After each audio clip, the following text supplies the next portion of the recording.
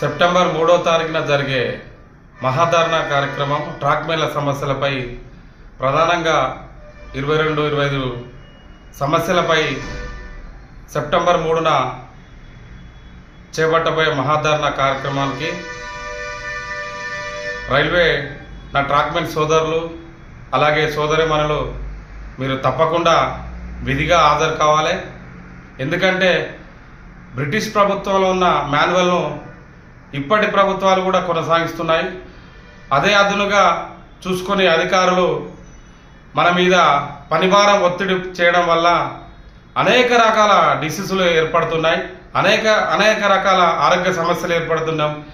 నిత్యం ఒక ట్రాక్లో చేయడం అంటే ఒక సుమారుగా 7 నుండి 8 గంటల కాలపరిమితి ఆ ట్రాక్ మీద మనం పనిచేయడం వల్ల విద్యుత్ హైటెన్షన్ వైర్ల కింద మనం నిత్యం పనిచేయడం జరుగుతుంది.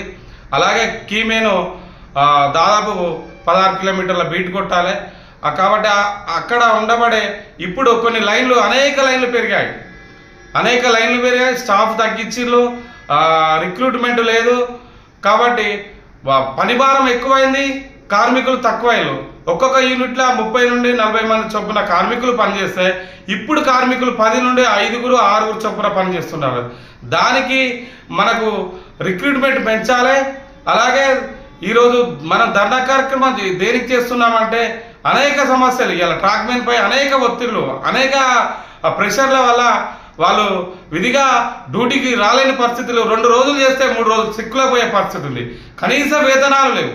కాబట్టి మనం ఈరోజు నిత్య ప్రధానంగా ఎదుర్కొనే సమస్య అంటే ఈరోజు ట్రాక్ ప్రొటెక్షన్లో భాగంగా, రక్షణలో భాగంగా 2 పెట్రోల్ మెన్ నైట్ పెట్రోలింగ్ చేయాలని మేము డిమాండ్ చేస్తున్నాం.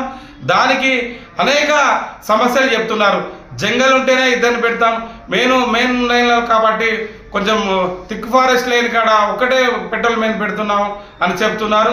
అలాగే కొన్ని ప్రాంతాలలో బీట్లు పెంచారు, 4 కిలోమీటర్లు ఉన్న బీటు 5 కిలోమీటర్లకు పెంచారు. అలాగే పెట్రోల్ మెన్లు చాలా అర్ధరాత్రిలో, వర్షంలో, చలిలో, ఎంత వీధులు గాలిలో కూడా ఈరోజు ట్రాక్మెన్ ఆ ట్రాక్ను కాపాడుకోవాలి, అతని సేఫ్టీ చూసుకోవాలి, అతని దగ్గర ఉన్న పరికరాలు కాపాడుకోవాలి, ఆ డిటైనర్లు కాపాడుకోవాలి. అలాగే అధికారులకు ఎప్పుడప్పుడు నిత్య సమాచారం అందిస్తూ ఒక రక్షణగా భారతదేశంలో ఆర్మీ ఎలా అయితే పనిచేస్తుందో ఇవాళ భారతదేశ రైల్వే రంగ సంస్థలో రైల్వే ట్రాక్ అనేది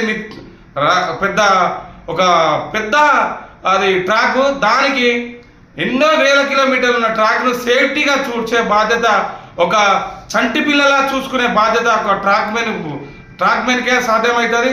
పొద్దున లేచిన నుండి 5 గంటల దాకా ఆ రోజు ట్రాక్లనే పనిచేయాల్సి వస్తుంది. కాబట్టి మీరు దయచేసి అన్నదే భావించొద్దు.